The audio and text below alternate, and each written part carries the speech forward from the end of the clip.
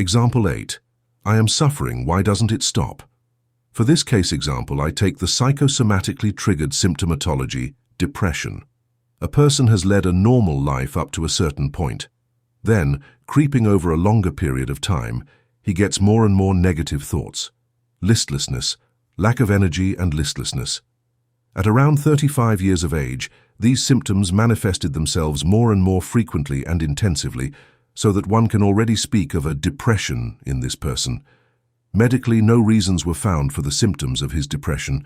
Medication, sports, positive thinking, therapy, coaching, and other attempts to resolve the symptoms of depression have not led to lasting success. A lot of things helped in the short term, usually about 3 weeks, and then the symptomatology came through again. The person is frustrated. Every time he had a glimmer of hope that the symptoms had improved a little, the stresses came back again. At some point, this person gave up fighting the depression symptoms because he was less and less able to muster the necessary strength to do so again. Let us briefly summarize the situation. A symptom-free phase at the beginning, then symptoms that become more frequent and stronger, then pronounced symptoms, complaints. No causes found in conventional medicine, often psychosomatic causes. These symptoms cannot be permanently resolved with various therapeutic approaches. The person increasingly gives up fighting against the psychosomatically triggered symptoms. Any success was short-lived. After a while, each new attempt to fight for oneself again, in the same way, in order to become symptom-free again, becomes more difficult and less frequent. The old lifestyle of the symptom-free phase can no longer be achieved permanently. Viewed with a little distance, psychosomatic symptoms change the way the person acts. He cannot continue with the old lifestyle without getting symptoms with which he is preoccupied.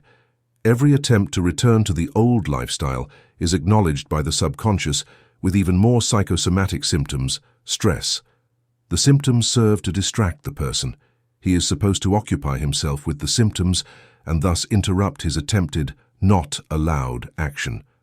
The subconscious always tries to help the person in the sense of the 10 laws of evolution. It adapts to its environment in the best possible way. Man learns over time to avoid their stresses more and more effectively, like any other pain-avoiding creature. A key point is already in the statement, every pain-avoiding creature. Many people cannot understand that the subconscious mind sends them symptoms, stresses to help them. I often hear the following statements, my depressions last longer and longer. They make my life more and more unbearable. My fears prevent me from being happy. Why are they there? I do everything I can to make them go away. Everyone is against me no matter what I do. I've tried everything, my symptoms keep coming back.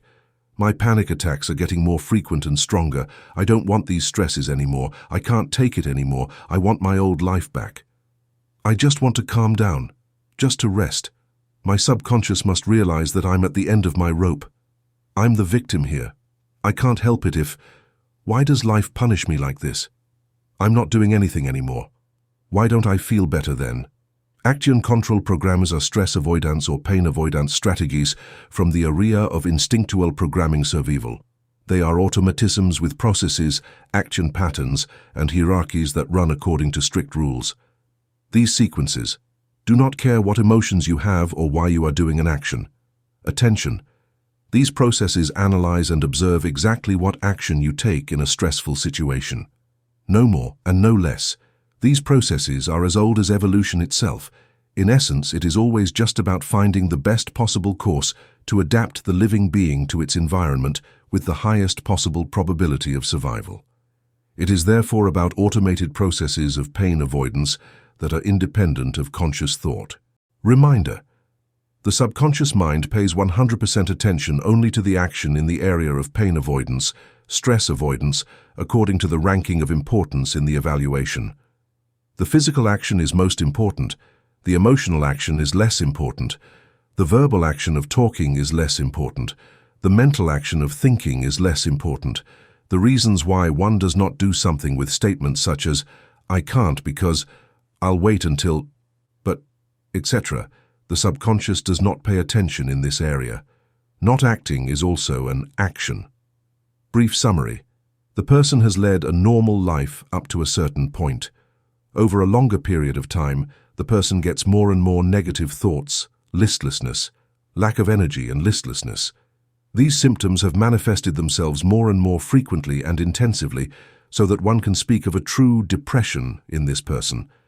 No medical reasons have been found for the symptoms. Various approaches such as medication, positive thinking, sports, therapy and coaching have not led to lasting success. The person is frustrated and has given up fighting against the psychosomatically triggered symptoms. Any success in important areas has been short-lived, and each new attempt to become symptom-free becomes more difficult and less frequent. The old lifestyle of the symptom-free phase can no longer be achieved permanently. Psychosomatic symptoms change a person's behavior and prevent him from continuing his old lifestyle. Every attempt to return to the old lifestyle is acknowledged by the subconscious with even more symptoms and stress. The symptoms are meant to distract the person and make him stop his not allowed action. The subconscious always tries to help the human being in the sense of evolution and adapts to the environment. Many people do not understand that the subconscious makes symptoms and burdens for them in order to help them. Often you hear statements like, "My depressions last longer and longer. They make my life unbearable. I want my old life back. I am the victim of, why does life punish me like this?" etc. Action control programs are automatisms that run according to strict rules and are stress avoidance or pain avoidance strategies. These processes do not care about emotions or reasons for an action, but analyze and observe exactly what action is taken in a stressful situation. The processes are as old as evolution itself and serve to adapt the living being to its environment. The subconscious only pays attention to the physical action in the area of pain avoidance, stress avoidance, as the most important action. The emotional, verbal, and mental actions are less important. The subconscious also does not pay attention to reasons why one does or does not do something. Not acting is also an action.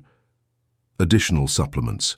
Action control programs can also be described as behavioral patterns that are performed automatically over time without a conscious decision having been made about them. These programs can arise as a result of negative experiences or past stress reactions and can have both an adaptive and a non-adaptive function. In some cases, action control programs can lead to problems if they result in rigid behavior patterns that are not adapted to the current situation. Psychosomatic symptoms are an indicator of inner conflicts and suppressed needs or desires. Often they express the subconscious mind when the conscious way of acting is in conflict with the deep needs. It is important to note that depression is a treatable condition and that there are several therapeutic options that can help improve symptoms.